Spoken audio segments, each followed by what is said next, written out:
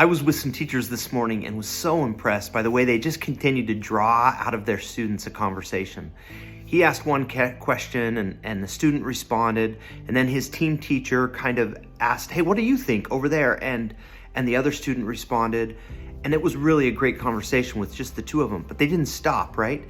After that, they said, "Anybody else have some other thoughts?" And it was quiet for a minute, and then one of the teachers said, "Hey, let's hear from you." And he called on a student and then called on another one.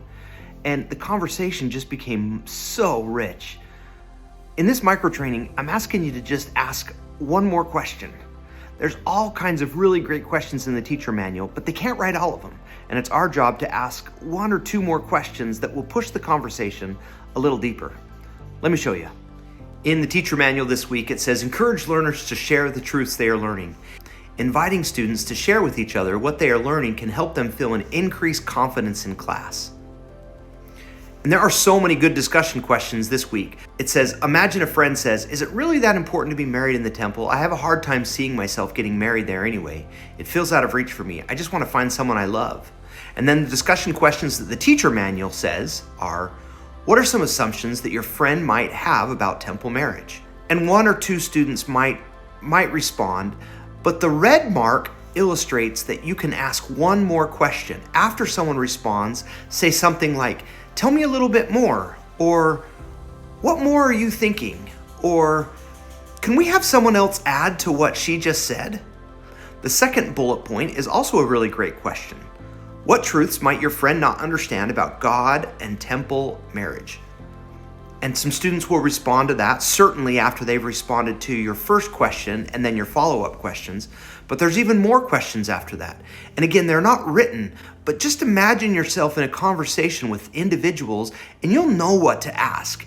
But most often it's you listening and then responding to something that they said and asking more. Here's another example. This week in the teacher manual, it says, why do you think it was worth such sacrifice that Isaac not marry one of the Canaanite daughters? Good question. And after one student responds, or perhaps two, ask for a little bit more. Call on students. Invite them to really consider it. And when they give you a blank look, ask the question again. Here's the question one more time, everyone. Why do you think it was worth such sacrifice that Isaac not marry one of the Canaanite daughters? And then allow students time to think. Don't give up on drawing out of them meaningful conversation that will lead them to rely more on the scriptures and the Savior. So do it.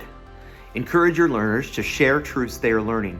And after they've given one or two responses, don't give up. Continue to draw out of them more responses and help them to have a real organic conversation. You can do that by assigning people to talk, by calling on them to talk. And yes, of course, at first it won't feel organic, but it will quickly turn that way if you continue to help them understand and rely on the Savior through the scriptures by meaningful, deep discussion. Ask them one more question. Thanks, sisters and brothers. We'll see you next time.